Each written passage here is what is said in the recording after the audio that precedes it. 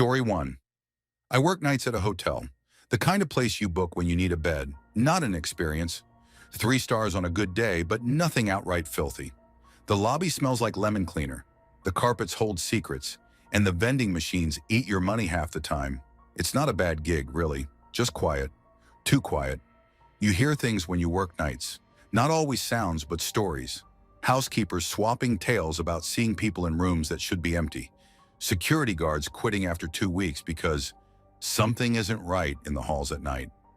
There's an old story about the elevator taking guests to a non-existent floor, but I never put stock in that one. I'd been working there for a little over a year when it happened. It was close to 3 a.m., the dead hour. I was at the front desk, trying to keep myself awake by scrolling through my phone, when I heard a noise from the kitchen, a rustling sound, like someone shifting through cabinets. The kitchen wasn't my problem, but I had to check it out. We didn't keep food service open this late, and the door should have been locked. If a guest had wandered in looking for a snack, I'd have to politely kick them out. If it was a homeless guy who slipped in from the side entrance, that'd be a bigger problem. I grabbed my key card and walked around the desk. The kitchen door was open just a crack. Not much, but enough that someone had definitely gone in. I pushed it open. The kitchen wasn't much, just a narrow space with a couple of industrial fridges, a microwave, and a deep fryer that smelled like old grease. There was a man standing by the prep table. He wasn't supposed to be there. He was tall, dressed in a dark suit that looked too formal for this place. His back was turned to me, his posture relaxed, hands resting at his sides. "Hey, sir," I said. "This area isn't open right now." He didn't move. I took a step forward, clearing my throat. "Did you need something? This part of the hotel is..." He turned, and he saw me. That part is what still gets me. People talk about ghosts like they're these distant things. Shadows at the corner of your eye, cold spots, whispers. But he wasn't distant. He was looking right at me. Not past me, not through me. At me. And I saw him see me. I opened my mouth to say something else, but before I could, his feet lifted off the floor. It wasn't a jump. It wasn't even like he'd been pulled. There was no movement. 1 second he was standing there, and the next his shoes just left the ground, like gravity stopped working. I don't remember if I screamed. I don't think I did. My body locked up, my brain stuttered like an old engine trying to turn over. He kept rising, slow and steady, until his head nearly touched the ceiling. I swear to God, he was still looking at me. Then he drifted backward, toward the kitchen door, like something was pulling him away. His feet never touched the ground again. I snapped out of it. I don't know what the hell I was thinking, but I ran after him. I didn't think about what I'd just seen. I just moved. I hit the door and pushed through it, stepping into the hall. And he was gone. Nothing. No footsteps, no sound. Just the silent hallway stretching empty in both directions. I stood there breathing hard, heart hammering against my ribs. The silence felt different now, thicker, like something was still there, watching. I went back to the front desk, sat down, stared at the computer screen pretending to be busy. I didn't tell anyone, not because I didn't want to, because I couldn't. How do you explain something like that? How do you put words to a man floating out the door? I sat there until my shift ended. At 7 a.m., the morning staff walked in, laughing, drinking coffee, waking up to a normal day. I went home and lay in bed staring at the ceiling. I never saw him again. Story 2, I work nights at a small 24-hour eatery attached to a hotel. Not a fancy one, just one of those mid-tier places that cater to truckers, exhausted travelers, and the occasional lost drunk. I won't name it because I still work there, and honestly, I don't need the hassle. But this happened to me, just once, and I still think about it every single night I'm on shift. It was a little past 2 a.m., the dead zone of the night. The dinner rush was long over, and the early morning breakfast crowd wouldn't roll in for another 3 hours. The only people in the restaurant were me, an older cook named Dave, and a couple of truckers nursing their coffee in a booth by the window. I was up at the counter, idly wiping it down while watching the security monitor behind the register. We have a split-screen feed that shows the restaurant floor, the back hallway leading to the kitchen, and the small lobby that connects us to the hotel. The lobby's nothing fancy. A few old chairs, a vending machine, and a pillar that sort of cuts the room in half. I saw her on the monitor first, a young woman, maybe mid-20s, stepping into view from the hotel side. She wore a little white dress, something light and summery, and black flats. Her dark hair was long, reaching past her shoulders, and she walked with an almost lazy, drifting pace. I turned my head to the actual lobby, expecting to see her in real time. But she wasn't there. I looked back at the monitor. She was still walking, heading toward the counter, moving at that same slow, unhurried pace. I glanced up again. Still nothing. The camera must have been lagging. That was my first thought. The feed was old, the whole system outdated, so maybe there was some kind of delay. But then she stepped behind the pillar. I looked up immediately, eyes locked on that spot. She had to come out the other side. There was nowhere else for her to go. The pillar was wide, but not wide enough to hide behind unless she was deliberately pressed up against it. And even then, I should have seen her feet. But she never came out. I waited. 1 second, 2, 5. I let out a slow breath, my fingers tightening around the rag in my hands. I checked the monitor again. Nothing. The woman was just gone. I felt a chill spread over my arms, that deep, sinking sensation you get when something is wrong. I didn't move for a few seconds, just stared at the pillar, waiting for something, anything to explain what I just seen. Then I heard the footsteps, soft, barely there, a faint tap, tap, tap, like someone walking across the tile floor in flats. I turned my head toward the sound, toward the entrance to the dining area. The truckers were still at their booth, heads down, scrolling through their phones. They hadn't heard anything, but the footsteps kept coming, steady, unhurried, like someone walking straight toward me. I couldn't see anyone, but I felt it. That pressure in the air, the way the room seemed to hum, just barely. My body went stiff, my breath shallow.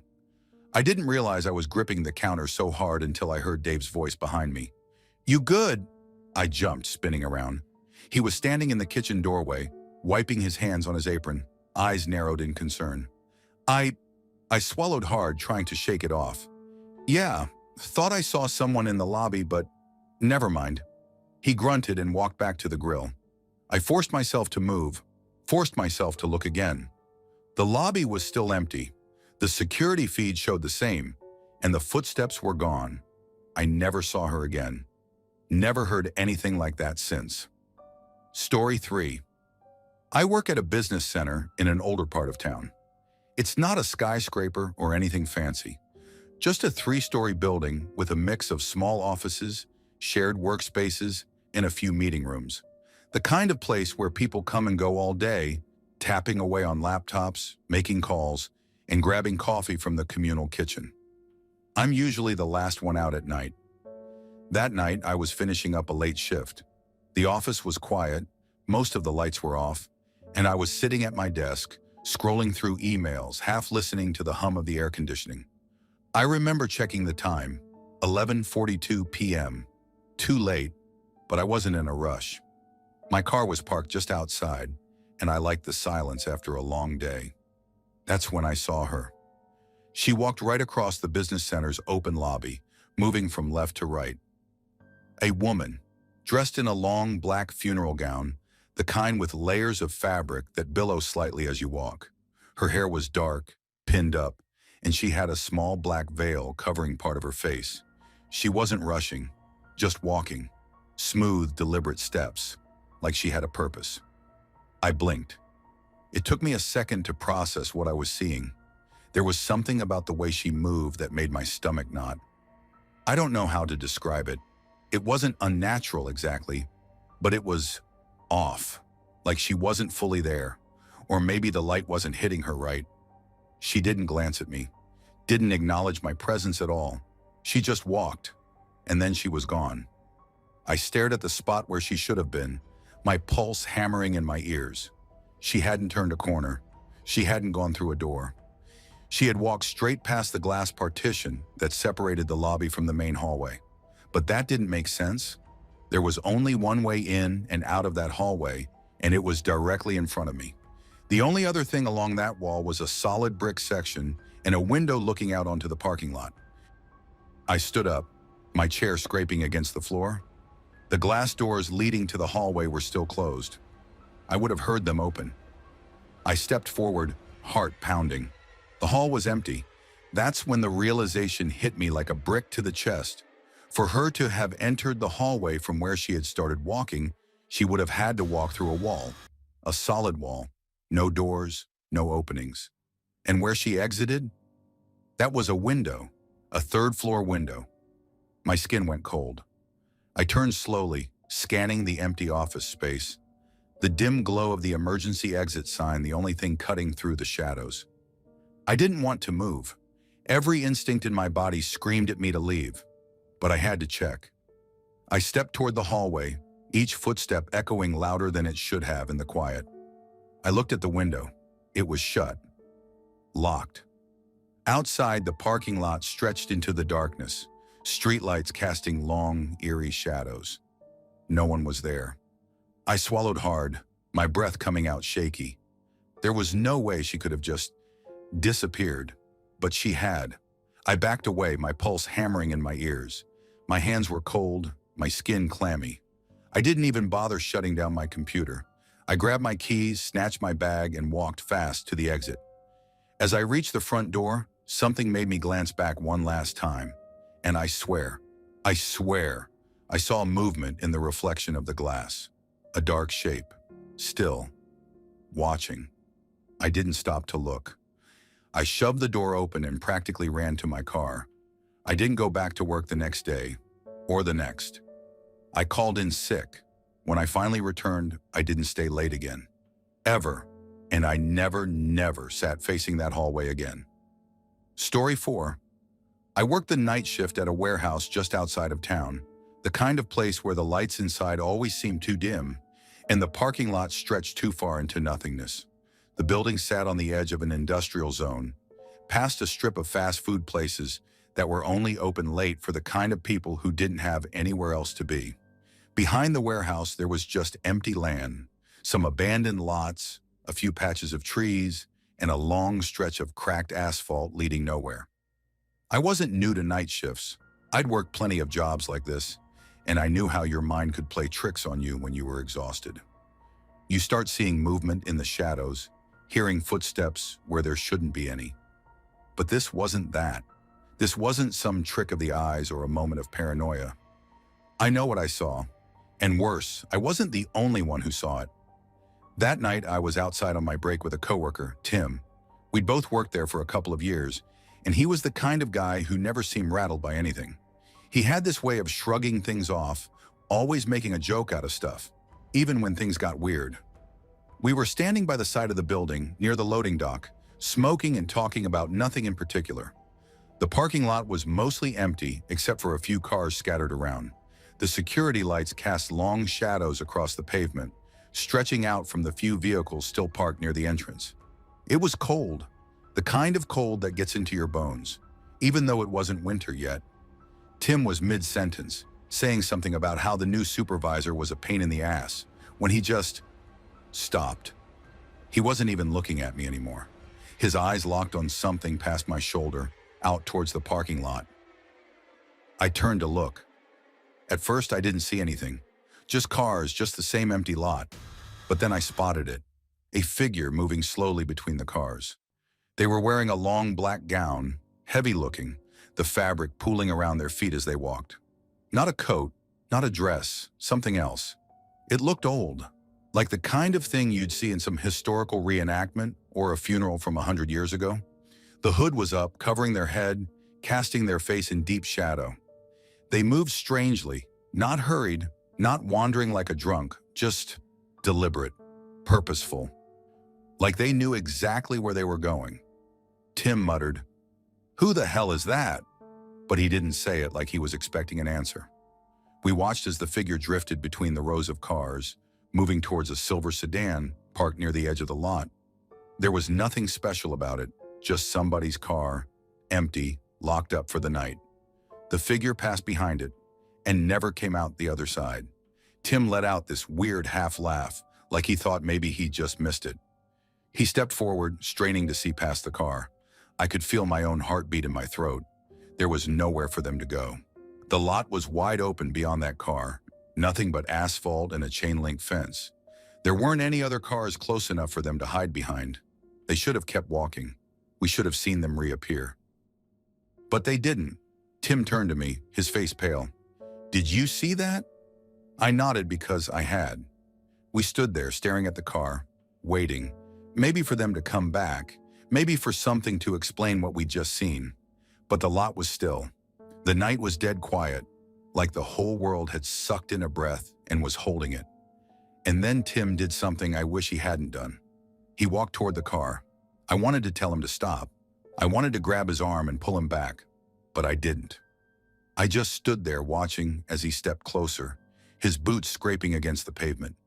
He reached the car and hesitated, then slowly leaned to look behind it. Nothing. There was nothing there. No footprints, no sign that anyone had been there at all. Tim straightened up fast and backed away, shaking his head. His breathing was unsteady, like he'd just run a mile. He looked back at me, eyes wide. "That's not right," he muttered. "That's not f'chinin' right." I didn't say anything, because I didn't have anything to say. We stood there for a long moment, listening to the silence. Then, without another word, we both turned and walked back inside. Neither of us mentioned it to anyone else. We finished our shift like nothing had happened, but every time I glanced toward the parking lot, my stomach twisted. When it was finally time to leave, I walked to my car faster than I ever had before. I didn't look around, I didn't check my mirrors, I just started the engine and drove the hell out of there. Tim quit a few weeks later. He never said it was because of that night, but I think we both knew. I still don't know what we saw. I don't know if there was ever really a person there, walking between the cars, or if it was something else, something that didn't need to come out the other side. But I do know this. I never took my breaks outside after that. Story 5. I used to work the night shift at a hotel just outside town. Not a fancy place, just one of those budget chains that mostly got business travelers and the occasional family stopping on their way to somewhere better. I took the job because the pay was decent, and I figured working nights would be easy. Less guest interaction, no managers breathing down my neck, just quiet hallways, a few late check-ins, and the occasional noise complaint. That's what I thought. The hotel was 3 stories, about 80 rooms. On a slow night, maybe a third of them were occupied. Most guests never saw the top floor unless we were fully booked. It always felt still up there, too still, not in an eerie way, at least not at first. Just quiet, almost dead. That changed one night in late October. It was a slow shift, barely anything to do. No check-ins, no drunks stumbling in, nothing. Just me, the front desk, and the dim glow of the security monitors. It was around 3 a.m. when the call came in. Room 209. I remember it because I glanced at the system and saw it was vacant.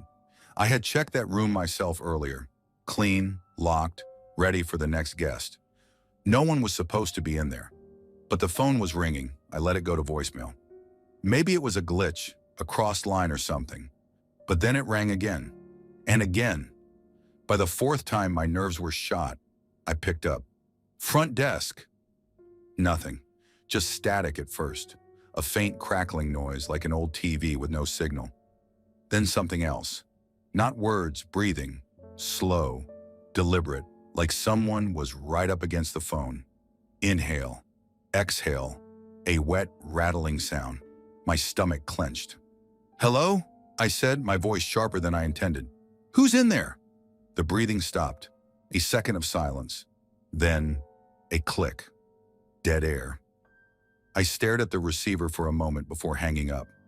My fingers hovered over the phone, debating whether to call my manager. I wasn't supposed to bother her unless it was an emergency, and I wasn't sure if a creepy phone call counted. Instead, I pulled up the security feed. The hallway outside 209 was empty, just the same dull beige carpet, the same flickering fluorescent light near the stairwell. Nothing. I exhaled, shaking my head. Maybe it was just some crossed wires. Maybe I was overreacting. And then, the doorknob to 209 turned. I shot upright, my heart slamming against my ribs. The door didn't open, but I saw it. The knob twisted, then rattled hard, like someone was yanking on it from the inside. But no one had checked in. I grabbed the master key from the drawer and forced myself to move. My shoes echoed too loudly in the empty hallway as I took the stairs two at a time. The closer I got, the colder the air felt. Not just cool, wrong. I reached the door, my breath shallow. My hand hovered over the handle. Then, bang! Something slammed against the door from inside. Hard, like a body hitting it at full force. I nearly bolted, but I forced myself to stay. I slid the key card through the lock. The light flashed green. I pushed the door open. The room was empty. The bed was made. The TV was off. The curtains were drawn. Nothing was out of place, except for one thing: the phone. The receiver was off the hook, resting on the desk. I stood there, my pulse pounding in my ears. And then the air shifted. The temperature plunged, like I had stepped into a walk-in freezer. My breath came out in mist. My skin prickled. Every instinct screamed at me to run, but my body wouldn't move. Then, footsteps, slow, deliberate, from the bathroom. The door was slightly ajar. Darkness spilled from inside, thick and suffocating. I felt it before I saw it. A shape, a shadow darker than the dark. And then, it moved. Something crawled out. I didn't see details, just a twisting, writhing mass, like limbs bending the wrong way, like something that had forgotten how to be human. And then the whispering started. Not words, sounds. Wet, guttural clicks, like something speaking through a throat that had been crushed. I ran. I don't even remember leaving the room. 1 second I was inside. The next I was sprinting down the hallway, nearly tripping over myself. I reached the stairwell and didn't stop until I was back at the front desk, gasping for air. The security monitors flickered, and there on the screen was room 209's door, wide open, and something standing just inside, watching. I called my manager. She didn't pick up. I wasn't about to go back up there alone, so I did the only thing I could think of. I locked the front doors and waited for my shift to end. The morning crew came in at 6. I didn't say anything at first, just went through the motions, pretending everything was normal. But when I finally told my manager, she just stared at me. Then she sighed. "You should have just let the phone ring." I asked her what she meant. She hesitated.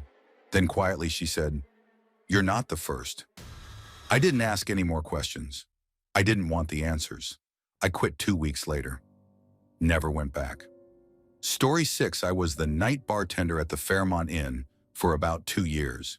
It was a small-town hotel, the kind of place that had seen better days, with the old chandeliers coated in dust and the patterned carpets worn down to the threads.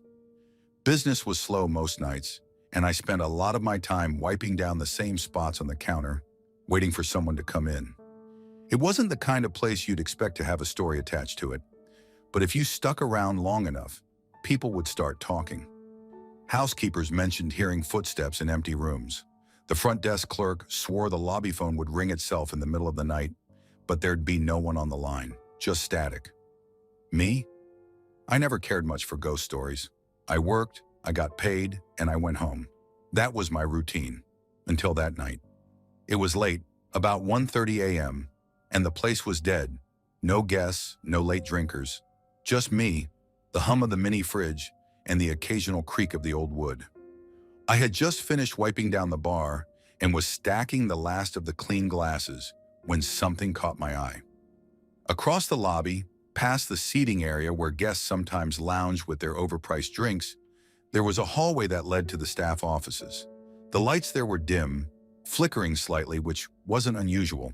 The wiring in that building was ancient, but someone was standing there. At first, I thought it was a guest who'd wandered in late, maybe looking for a drink. But something was wrong. The figure was tall, too tall, standing half in shadow. The way the dim light caught on its face, it didn't look right. The features were off, stretched, distorted.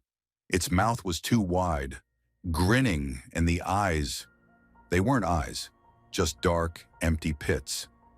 I froze, glass in hand, heart hammering. I blinked and the thing was still there, still staring. My breath came out sharp. "Can I help you?" I called out, trying to keep my voice steady. It didn't move.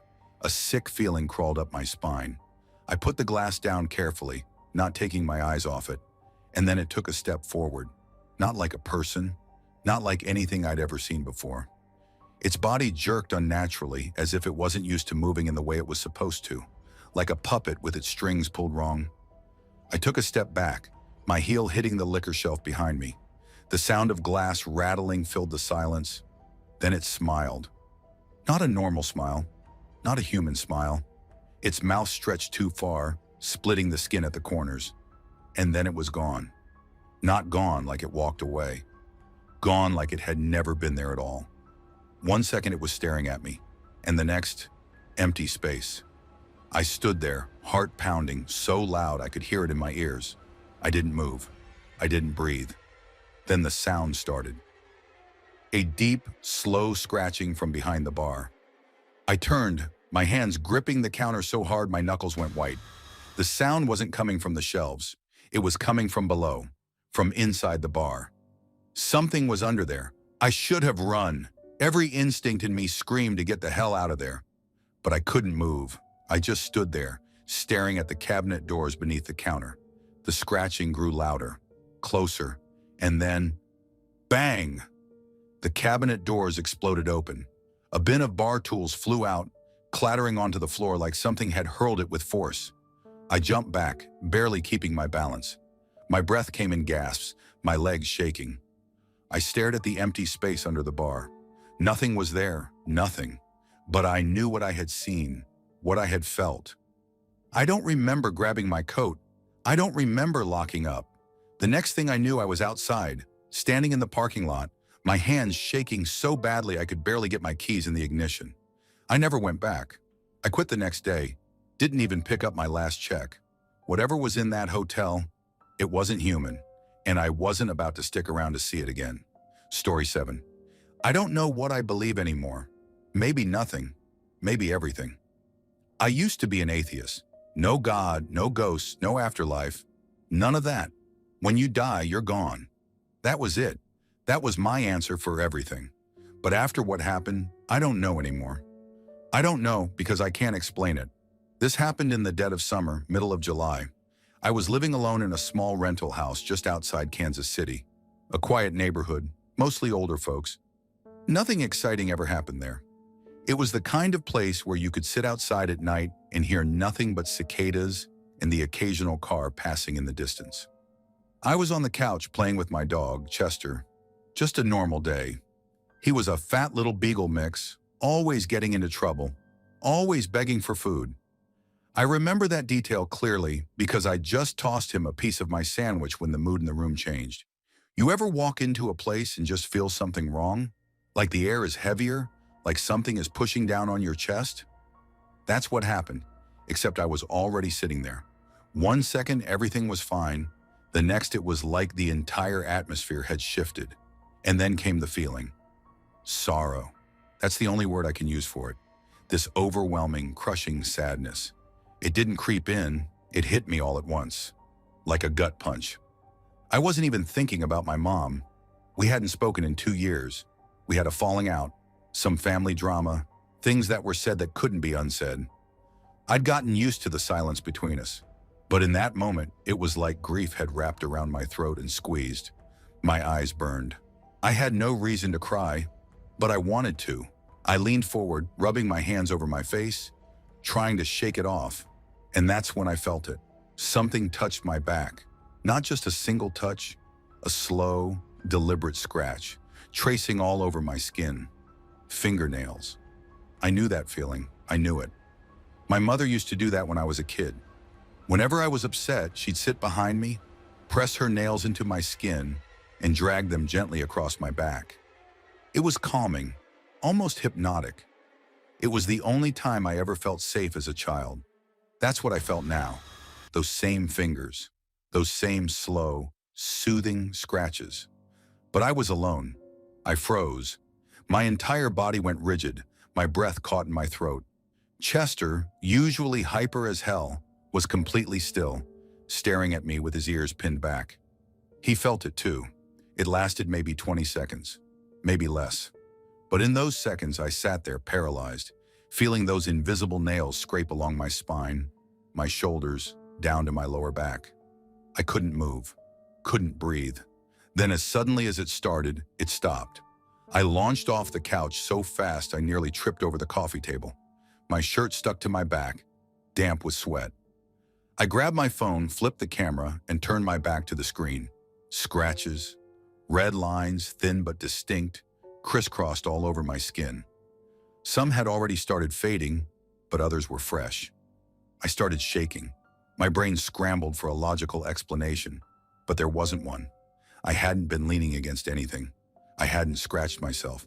I wasn't dreaming. The air still felt thick, charged. I paced the room, hands on my head, trying to calm down, but my heart was pounding out of my chest. Then my phone rang. I nearly jumped out of my skin. The ringtone cut through the silence like a knife. I grabbed it without looking at the screen. "Hello?" My voice came out hoarse. It was my sister. She was crying. "Mom's gone," she said. I couldn't speak. She passed away about half an hour ago.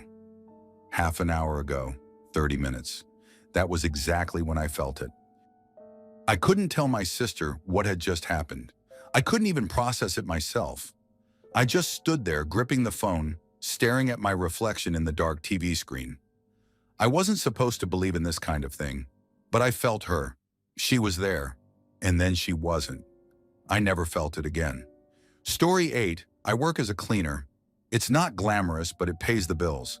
Nights are long, and most of the time, it's just me and my coworker Elise in the building. By 10 p.m., the office workers are gone, and it's just us, scrubbing toilets and emptying trash while the world outside sleeps. The place is quiet, too quiet sometimes, but I never thought much of it, until that night. That night was bad from the start. Everything pissed me off. The smell of stale coffee in the break room, the way my vacuum cord kept getting tangled, the endless bins filled with someone else's garbage.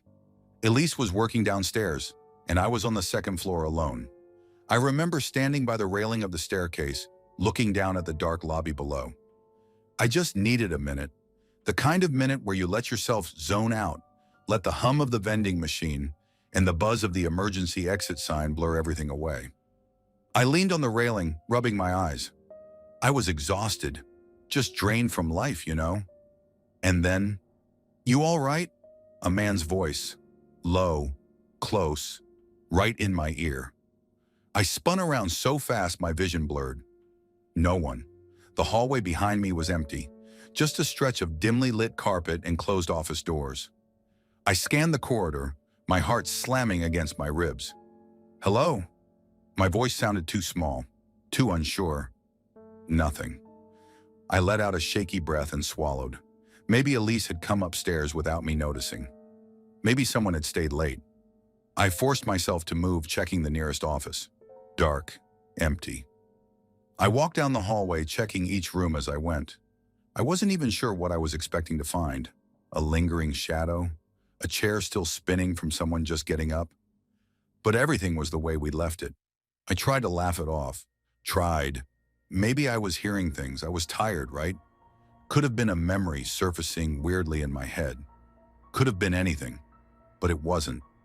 Because the second I turned back toward the staircase, something changed. The air got heavy. Not just still, heavy. Like a storm pressing down before the first crack of thunder. The hallway stretched long. Too long. Like I'd stepped into a different place entirely. The fluorescent lights buzzed, flickering just slightly. And the silence wasn't just silence anymore. It was waiting. My skin prickled. My legs felt slow, like walking through water. And then, from behind me, "You all right?" The exact same voice, the exact same words. I didn't turn around. I couldn't. Everything in me screamed, "Don't look." The sound had come from inches away, like someone was right at my back, breathing over my shoulder. But I knew, if I turned, I wouldn't see a person. I wouldn't see anything. Or worse, I would. My breath came out sharp and uneven. "Run," my body urged. "Run down the stairs, find Elise, get the hell out." But I couldn't move. I stood there, frozen, My hands clenched so hard my nails bit into my palms. My ears strained for sound, footsteps, breathing, anything, but there was nothing. Nothing but the weight of something standing behind me. And then, the worst part, I felt it. A breath. Right on the back of my neck. Cold. Stale. Real. That was it. That was all I needed. I bolted. I don't remember my feet hitting the floor. Don't remember going down the stairs, but suddenly I was on the first floor, nearly crashing into Elise as she came out of the supply closet. She looked at me startled. "What the hell?" I tried to speak, but my throat wouldn't work. My chest heaved. She grabbed my arm. "Hey, what's wrong?" I swallowed hard, shaking my head. I didn't know how to explain it. Didn't want to explain it. "You look like you've seen a ghost," she half laughed. But then her face changed. "No, seriously, what happened?" I forced air into my lungs. "Tell her. Just say it. Get it out." But before I could, a sound cut through the silence. A voice, clear as day, right at the top of the stairs. "You all right?" Both of us looked up. Nothing. No one. Elise's grip on my arm tightened. She heard it too. For a long moment, neither of us moved. Then slowly, I turned to her. "We're leaving." She didn't argue.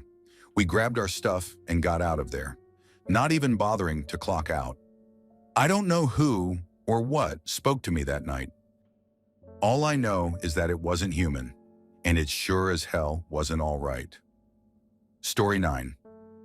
I grew up in a small town in Kentucky, in a house that wasn't old enough to be haunted, but somehow always felt that way.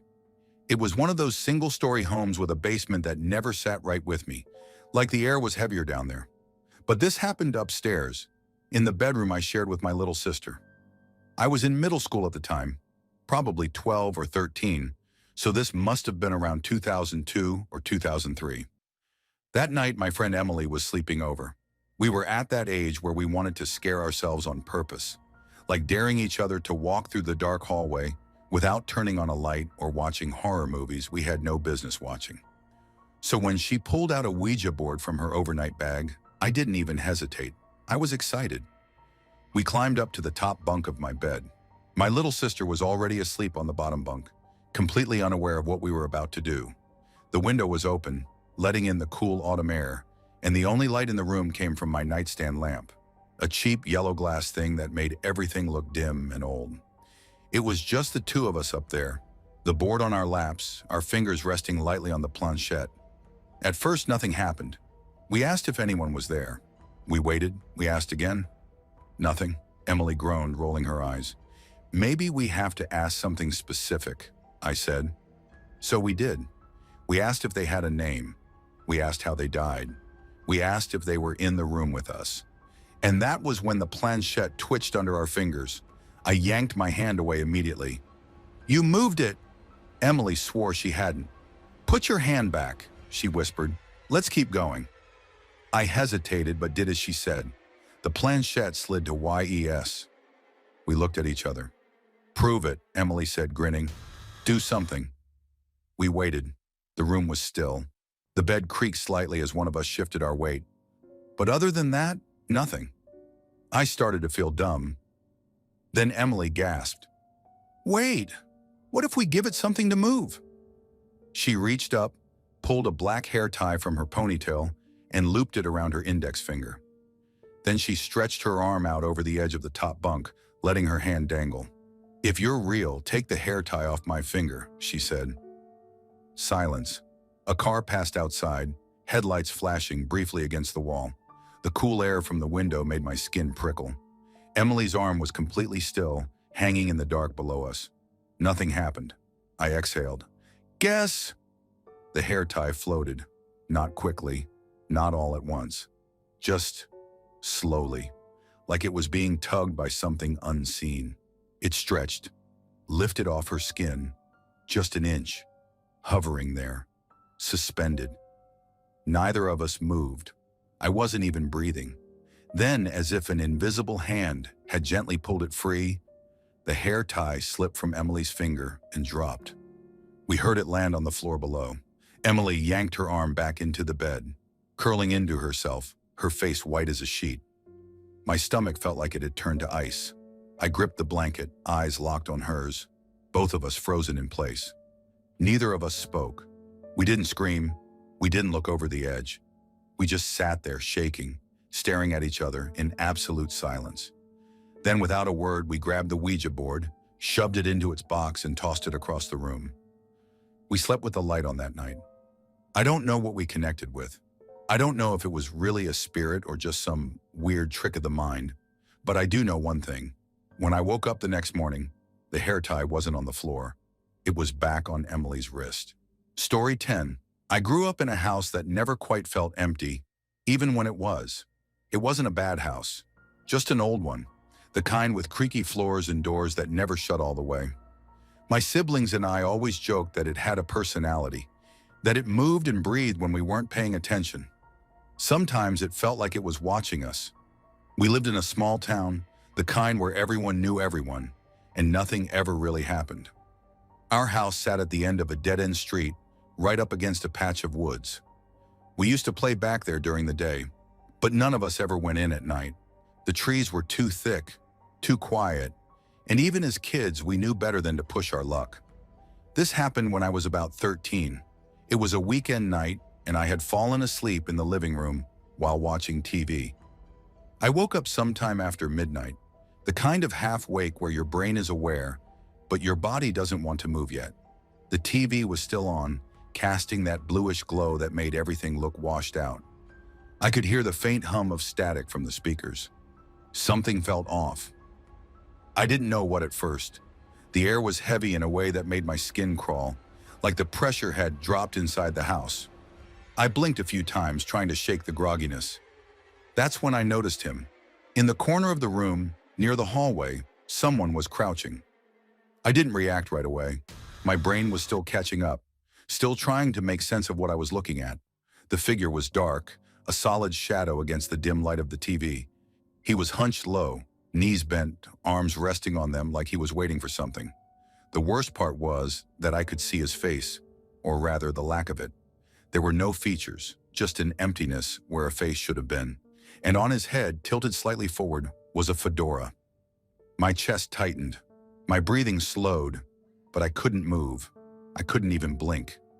My body felt like it had locked up completely, a raw kind of fear rooting me in place. Then he tipped his hat to me, a slow, deliberate motion, like he was acknowledging me, like he wanted me to know he saw me too. I couldn't tell you how long I lay there watching him. It could have been seconds, it could have been minutes. Time didn't feel real in that moment. My heart was hammering so hard it felt like it was rattling my ribs. I wanted to scream. I tried to scream, but my throat wouldn't work. And then, he moved. Not like a normal person. He didn't stand up, didn't take a step. He just shifted like a film skipping frames, suddenly closer without actually crossing the distance. I felt something deep in my gut, something primal and instinctive. Run. But I couldn't. I was trapped in place, caught in some invisible grip that kept me frozen on the couch. The figure crouched lower, his head tilting just slightly, like he was examining me, studying me. Then he rose, slow and smooth, unfolding himself until he was tall. Taller than any person should be, his head nearly brushing the ceiling. His fedora stayed perfectly in place, casting a deep shadow over the empty void where his face should have been. He lifted one foot and took a step forward. I felt the air shift, like something had entered the room with him. Not just him, but something else, something bigger. The walls seemed to close in, the light from the TV flickering like it was struggling to stay on. Another step.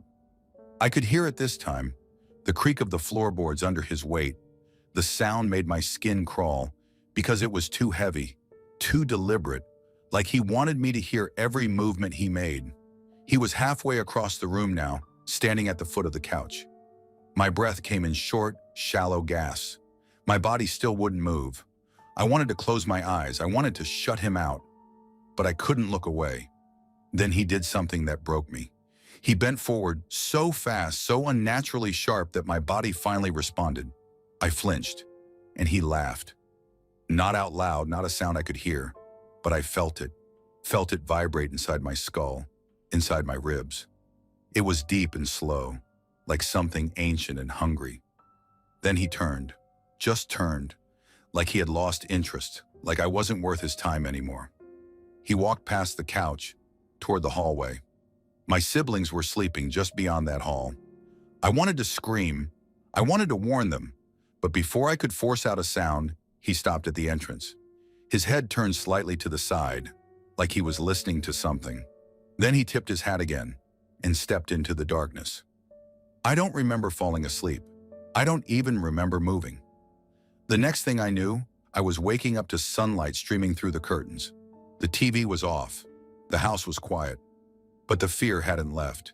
It sat in my chest, cold and lingering. I didn't tell my siblings at first. I didn't tell anyone. Because how do you explain something like that? How do you say, hey, I saw a faceless man in a fedora watching me last night? I couldn't.